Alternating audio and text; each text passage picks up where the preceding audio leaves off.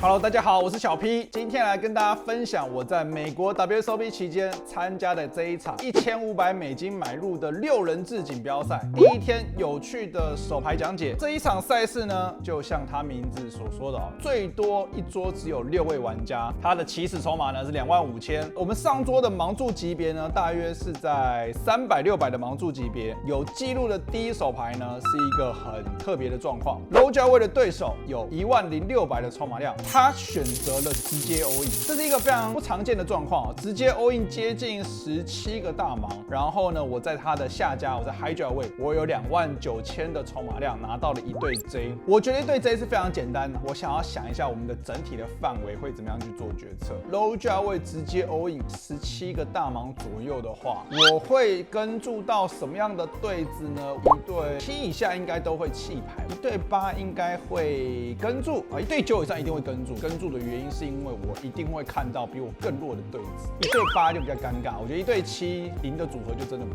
多，再加上后面还有很多玩家嘛，所以我觉得一对9以上的对子跟 AQ 应该都会继续。AJ 同花我不确定，反正99以上的对子跟 AQ 是绝对不能弃牌了。我觉得一对 J 非常简单，我觉得跟注跟 all in 都一样啊，我选择了跟注，因为我有29000嘛，理论上我如果投入了1/3，我的范围里面还是有一些牌被 all in 的还可以弃牌，所以我觉得这是一个合理的一个整体策略。我选择了跟注，这个时候呢，第2位的玩家 all in 36000，当然我们一对 J 还是领先他的范围原因是因为我会认为 C2 位能够 all in 的范围呢是 JJ 以上的对子跟 AK， 然后在我们投入10600的情况下，我刚刚说的跟注范围是什么？99以上跟 AQ， 对不对？这个时候我们面对 all in 之后呢，我觉得我跟注范围会是 JJ 以上的对子跟 AK， 大概是一个很合理的预设范围。我选择了跟注。3位玩家摊牌 ，low 价位的玩家是 A6， 不知道在干嘛 ，A6 非常烂的一个手牌。我是一对 J， 然后 CO 位的玩家是 AK， 那我觉得 AK 合理啦 AK。然后呢，这个时候正要发翻牌的时候呢，大盲位的玩家说他弃牌 AQ， 就是一个额外的资讯因为3位玩家 all in 嘛，他当然就 AQ 弃牌是很合理。翻牌 ，OK， 直接这一手牌就被淘汰，不买。Hello， 大家好，我是小 P。至今我赢得超过1.4亿台币的奖金，获得过2条 WSOP 冠军金手链，更荣获 GPI 亚洲第1的头衔。我在这10年的锦标赛经验中发现，最明显能区分一位玩家厉害与否的要素，就是翻牌前的策略。所以欢迎大家加入我的课程，像职业玩家一样，做出完美的翻牌前决策吧。筹买之后呢，上桌的盲注级别呢是在500、1000的盲注级别。这一手牌呢是一个翻牌后的状况，bottom位的对手呢有大约18000的筹码量，他选择加注到2000。我在大盲位，我有22000的筹码量，拿到了76不同花，带一张黑桃，选择了抵抗。那我觉得大盲位的抵抗，任何的连牌都是可以跟注的，最弱应该到456。那这个时候呢，翻牌773，一张黑桃是一个彩虹面，所以我们很好中了一个3条7，底池5500。这个时候呢，我选择过牌，bottom位的玩家呢选择了持续下注1500。那我们有一个决策要做，我觉得会是一个混合策略，原因是因为我们的3条它可以价值加注，当然也可以跟注，然后让对方的不管是持续的炸虎或者是价值下注它更好的守对，都是一个挺好的一个状况。那我当下呢选择跟注，转牌了一张黑桃9啊，代表说有一个后门同花听牌的机会，底池8500，我过牌，他也过牌，合牌来了一张黑桃 J， 这个时候底池8500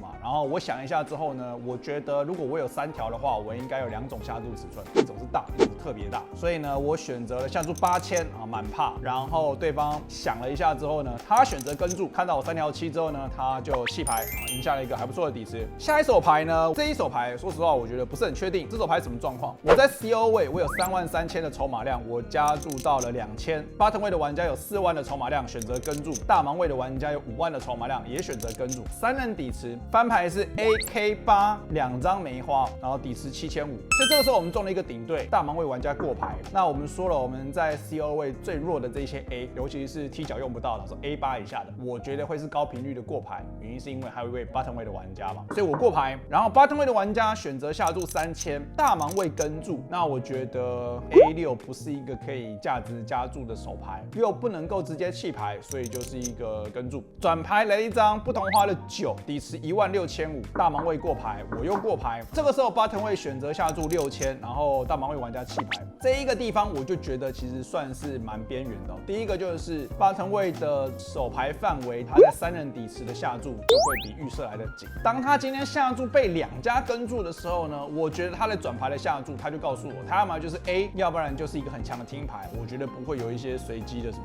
KQ 啦、KJ 啊，应该是不会有。当然，他会有一些转牌的双头顺啊，比如说10J， 我觉得是很合理的。当然，有一些卡顺 QJ、Q10 也是有机会的。但我觉得转牌面对2位玩家的话，炸谱的频率应该会比较低。我在猜，大部分的玩家应该会偏向过牌，看一个免费的合牌。所以其实转牌，我觉得跟注就是一个，你知道吗？他下一个不到半个底池，他如果转牌下一个半个底池会更大，我应该会直接弃牌。但我觉得下注6000就是一个差不多了，就是再大我也不会跟注了。我有更好的手牌可以跟注，我有 A10以上的 A 可以跟注。不管怎么样，我们转牌还是跟注了。看到合牌，合牌是一张不同花的5 AK895，然后同花也没有出来，底池28500。这时候我过牌，他很快的过牌，我想说，他很快的过牌，我应该是有机会赢的哦。然后呢，我开了 A6，他要开牌，那我就看他要开什么牌，他开A8翻牌 AK8，他开一个 A8 2对，然后合牌过牌，这是个人在干嘛？看不懂，非常的惊讶。那我觉得他的 A8 也是一个非常明确，也是简单的价值下注，但是他并没有，而且也不是说合牌开什么同花或是开很危险的牌嘛。所以这个玩家呢，错失了一个价值下注的一个机会。下一手牌是一个小大盲对决的状况，发生的级别是在1000、1500的盲注级别。小盲位的玩家选择了平跟，我在大盲位，我有3万的筹码量，我拿到了 J6不同花。这个时候呢，我们说过了，我们的课程里面呢，未来也会有相关的这一些范围图，我会告诉大家讲说，如果我们在大盲位面对小盲位的平跟，到底什么样的手牌适合拿来加注炸？那我觉得 J6呢，就是其中的一个适合的首选。原因是因为它的翻牌后的可玩性很差，它没有摊牌价值。如果说是 S 嗨、K 嗨跟 Q 嗨的手牌呢，翻牌前的过牌，然后很有机会可以带到摊牌嘛。但我觉得 J 嗨，尤其是踢脚很弱，代表说可玩性很差，它就适合拿来翻牌前的炸。所以呢，我选择加注到4500，小盲位的玩家跟注，单挑看到这个翻牌，翻牌是 A12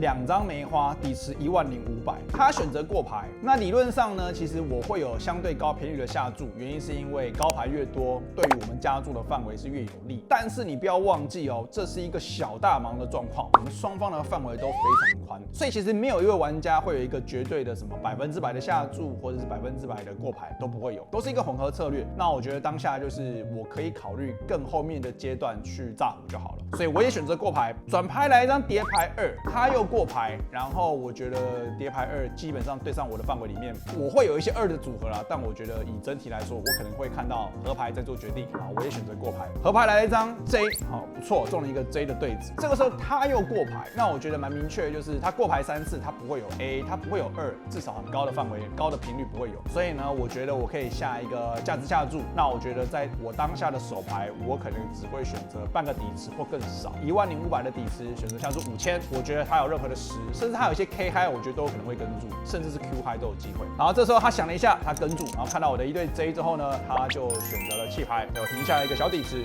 以上就是这一次$1500买入的6人制锦标赛手牌讲解第1集。如果你对于影片有任何问题的话，欢迎在影片下方留言。如果说你想要问我手牌的话，欢迎到我们的 DC 手牌投稿区投稿你有问题的手牌，记得一定要订阅分享我的频道。我是小 P，拜拜。